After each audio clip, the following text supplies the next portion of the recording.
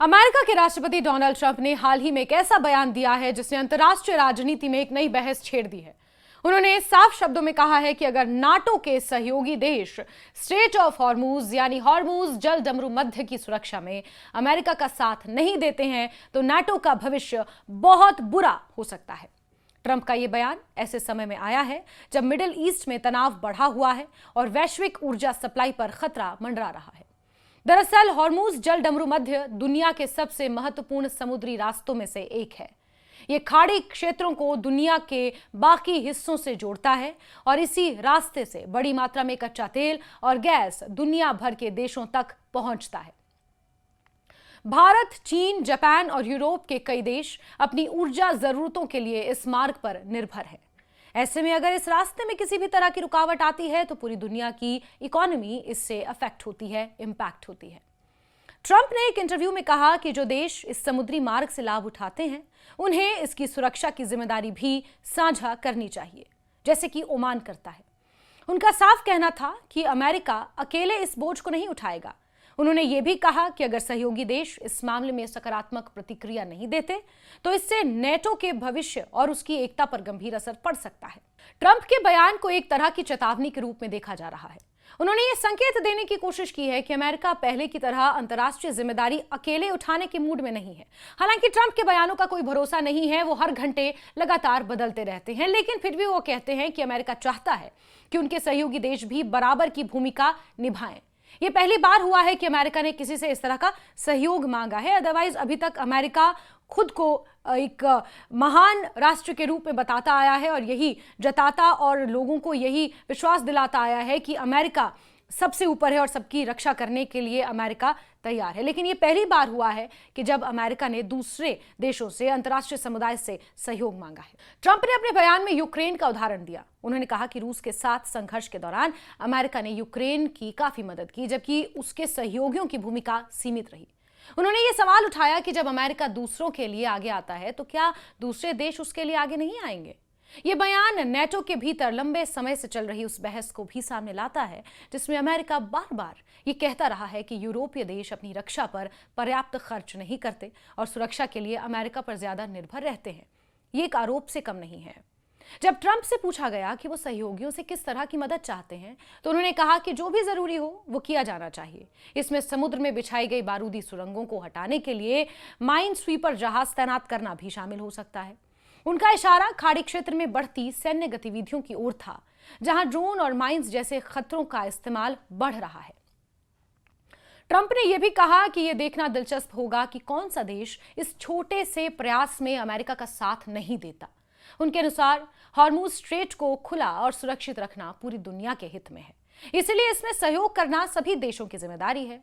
इस पूरे बयान में एक और महत्वपूर्ण बात सामने आई, वो थी ब्रिटेन को लेकर ट्रंप की नाराजगी। उन्होंने कीर स्टारमर का जिक्र करते हुए कहा कि जब उन्होंने ब्रिटेन से समर्थन मांगा तो उसे तुरंत प्रतिक्रिया नहीं मिली। ट्रंप ने यह भी कहा कि ब्रिटेन को अक्सर अमेरिका का सबसे पुराना, सबसे मजबूत सहयोगी माना जाता है, लेकिन इस मामले में उसने कंपैरेटिवली उस तरह का रिस्पॉन्स नहीं दिया और अपेक्षित सहयोग नहीं दिया। ट्रंप के इस बयान को मिडिल ईस्ट में बढ़ते तनाव से जोड़कर देखा जा रहा है, खासकर ईरान के साथ चल रहे टकराव के संदर्भ में। अमेरिका का मानना है कि ईरान की ओर से इस क्षेत्र में ड्रोन और समुद्री बारूदी सुरंगों का खतरा बढ़ रहा है, जिससे अंतर्राष्ट्रीय समुद्री यातायात प्रभावित हो सकता है। और ईरान तो खुलकर यह कह ही रहा है कि स्ट्रेट ऑफ हॉर्मूज दुश्मनों के लिए हमेशा के लिए बंद है। अब यहां यह समझना जरूरी है कि नेटो आखिर है क्या, जिसको लेकर ट्रंप ने इतनी सख्त टिप्पणी की है कि अगर ऐसे समय में नेटो अमेरिका की रक्षा के लिए नहीं आया तो फिर इसका अंजाम नेटो देशों को भी भुगतना पड़ेगा। अब ये नेटो आखिर है क्या, जिसकी बात ट्रंप बार बार कर रहे हैं।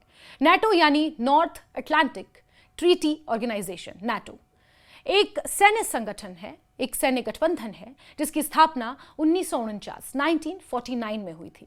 इसका गठन द्वितीय विश्व युद्ध के बाद यूरोप और उत्तरी अमेरिका के देशों की सामूहिक सुरक्षा सुनिश्चित करने के लिए किया गया था।